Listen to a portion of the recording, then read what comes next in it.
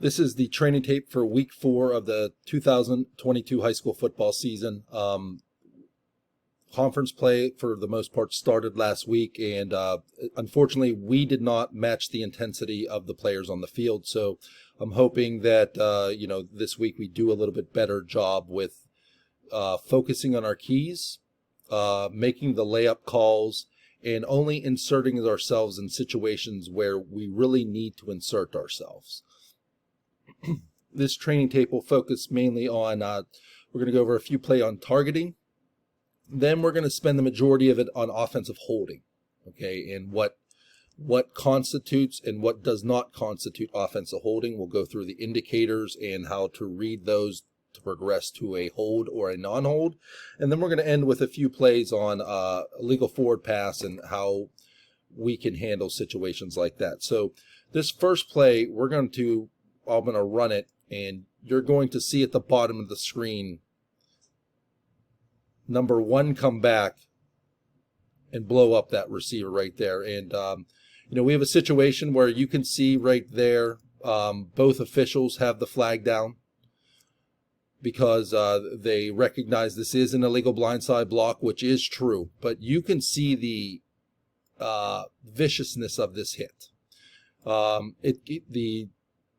The blocker launches, goes right to the head of the defender, and it's a vicious and unnecessary hit. And I think in this situation we need to talk about targeting, because as we know, that defender is defenseless running, and that launch and hit to the head right there is targeting of a defenseless player because it's above the shoulder area.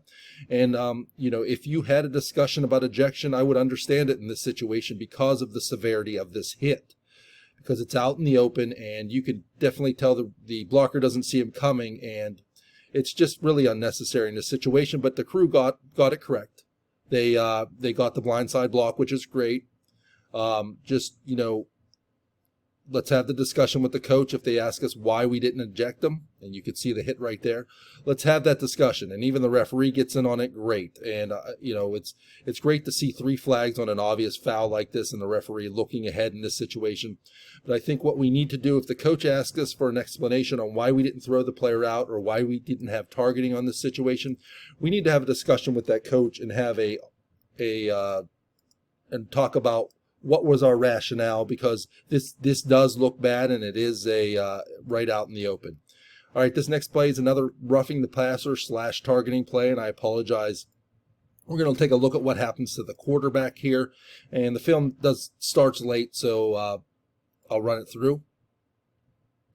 And you can see the hit's not real vicious, but you can see the launching action by the defender, and you can see it start right here, jump, launch, lead with the head, right to the head neck area. At minimum, this is a roughing the passer call. You could also classify this possibly as targeting too, because the passer, once he releases the ball, is defenseless by rule, and we have a forcible contact to the head neck area, and you can even throw in the crown of the helmet in this too, with it looks like it. So a flag down for roughing the passer and or targeting would be supported in this situation. And I would not, however, go to the lengths of ejection like the previous one. Although this is targeting, I don't think this rises to the level of the hit that happened in the first play of the training tape. But you can see the difference here in the severity of the hit. But in instances where we have forcible contact to the head area with the quarterback, whether it be with the helmet, like in this situation, a shoulder pad, or a forearm, we want to protect the quarterback as much as we can, so roughing the passer would be a good call in this situation. This next play, it's a little bit of a unique one because we have a lot of offenses that run pass option. So what we're going to see here is the quarterback receive the snap and then hand it off to a running back. But what we have to do as referees, we got to stay with that quarterback just a little bit longer, not transition to the runner, because let's take a look at what happens to the quarterback here. Hands off, and then he gets blown up and right in the head, and our referee's looking at the runner. Referees, we have 2 line of scrimmage officials that will officiate that runner right here. What we need to do in this situation is clear that quarterback from foul. So right about here, when you see him hand off the ball, which you can see the referee doing, we need to stay with this quarterback because he is allowed to legally be hit, but he cannot be illegally hit, such in this case above the head or neck area, because in a way he is defenseless. He may not be defenseless by nature, but we cannot allow defenders like right there to take shots to the head of the quarterback just because they can. Now, if this hit on this quarterback occurs, in the chest area, or he wraps him up low and takes him to the ground, that is legal because that defender can be said to not know if the quarterback handed the ball off or not, or is keeping the ball in this run pass option situation. But what we cannot allow is what happens in this situation where the defender just takes a free shot to the head of the quarterback. So, in this situation, if we can call an unnecessary roughness foul, or we can even rise to that level of targeting. I don't feel that this is an ejectable offense. However, if this is the second or third time this has happened to this quarterback and we've already flagged him for targeting, and it's the same player, then maybe that second hit then rises to the level of a targeting with ejection in those situations. Okay, next we're going to move to offensive holding. And if you watch some of my earlier videos, I've talked a lot about indicators and going through a process with offensive holding. So, indicators are things that come to our mind whenever we see certain plays happen that don't necessarily tell us that it's a foul for holding, but give us the first step in the process for offensive holding in those situations. And the indicators are such as an outside grab on a defender, the blocker being beat, the blocker's feet being beat. Okay, so those are three basic indicators that we can have, or the blocker being overpowered, and that's an indicator of possibly a reverse takedown. So what we're going to do for these next set of plays is we're going to talk about indicators and then going through the process to determine whether or not a foul, and whether or not there is a foul for offensive holding. And in this first play, we're going to take a look at the head pin right here on this formation. Oh, I'm sorry, it is number 10 who's lining up as the head pin right here. So he's going to go out and place a block, and it's the key block right at the point of attack. And you can see, let me run it the whole way through. We can see the indicator we have here, and I'll play it and I'll stop it, is we kind of have two, right? We have an outside grab plus the blocker is beat. Okay, so what is the blocker allowed to do in this situation to not get called for holding? And that one thing is to keep his or her feet moving and push the defender in the direction that the defender wants to go. Because if he doesn't and he has a grasp of it, you'll see an immediate twist of this shoulder, and that will tell you that there is a significant enough restriction to call offensive holding. So let's take a look at this play. You could see that he's beat, but what he does is it just continues to push the defender in the way he wants to go. And we do a really good job here not calling offensive holding because we do see the indicator, he's beat, but then the blocker pushes him in the direction that he wants to go. So this is a good job here. This next play, I want us to take a look at the right guard here and the action by this right guard. And we'll talk through this play again. So the right guard, he's blocking 73 and he's beat, right?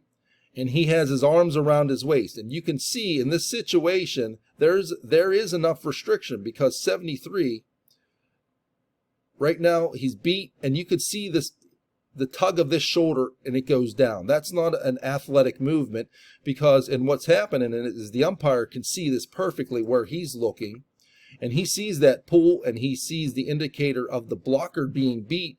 And we have a flag down for offensive holding here, and it's a correct call here.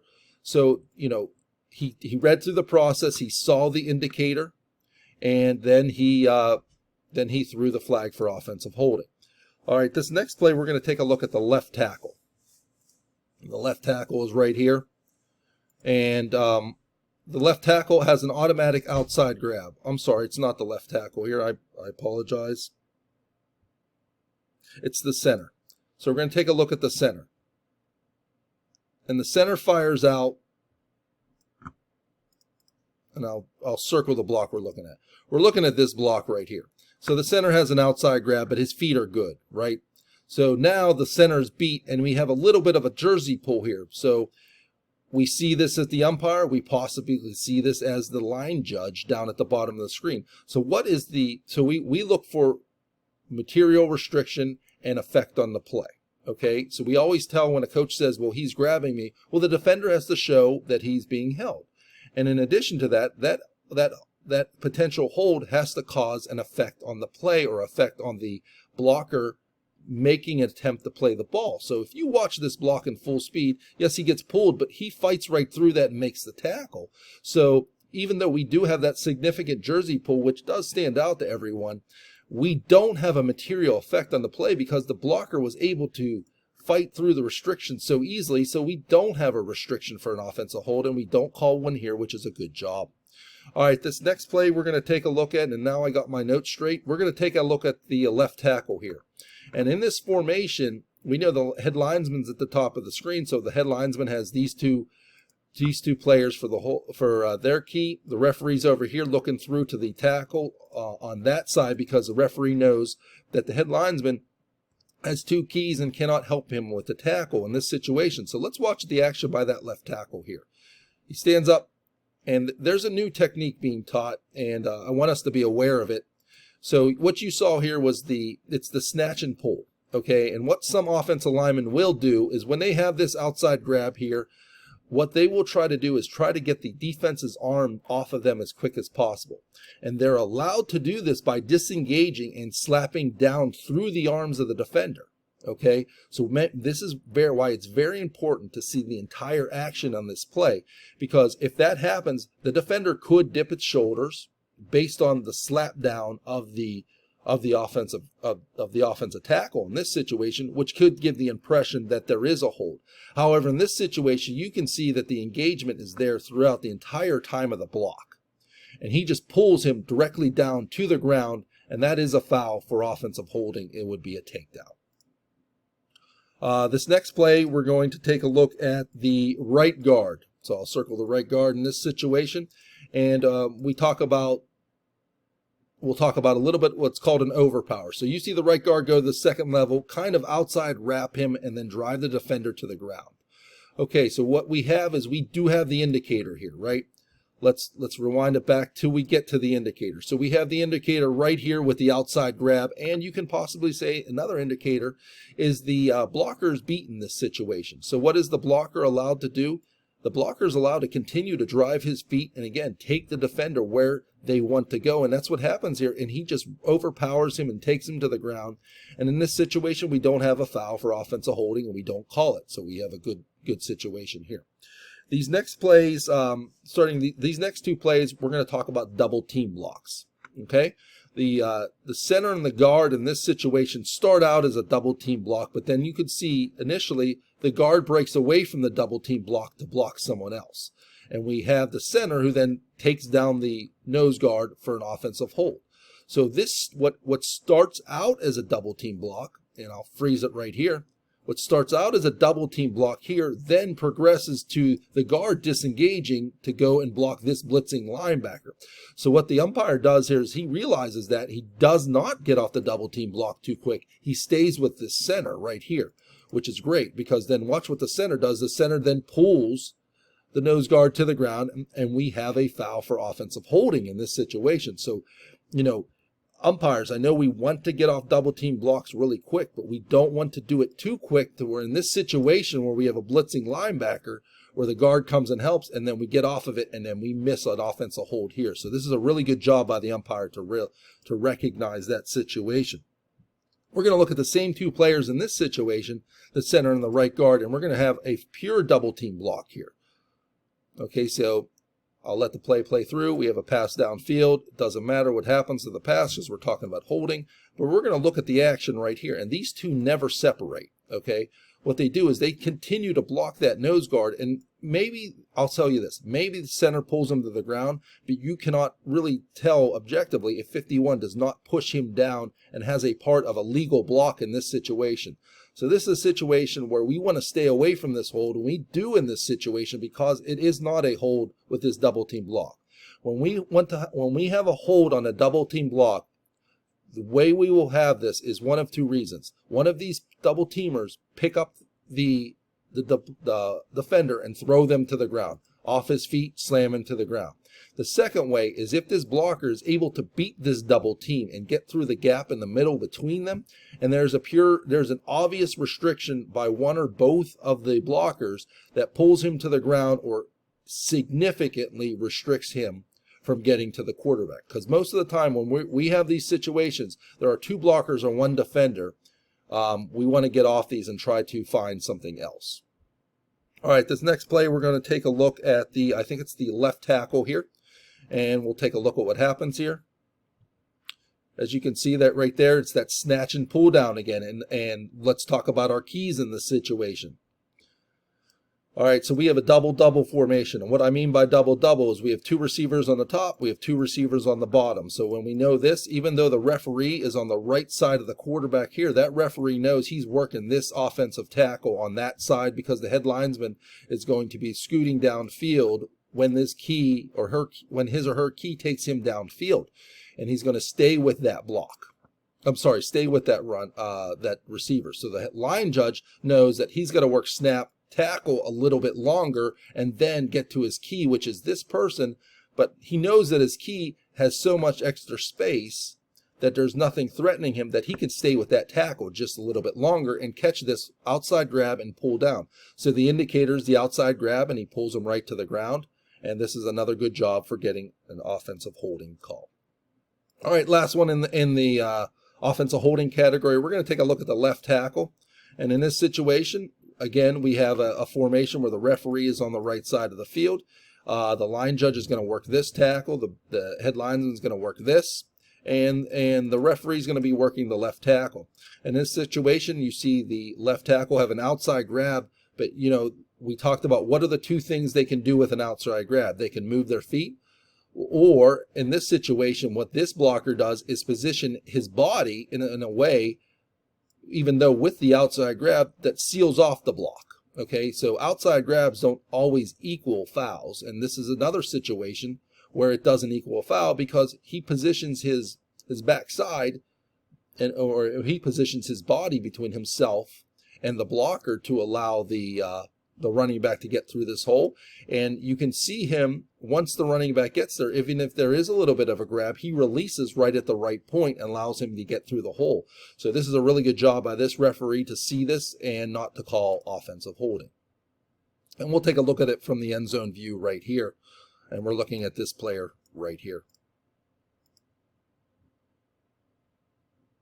So outside grab, yep, but he drives him and keeps himself in good position between the hole. Good no call in this situation.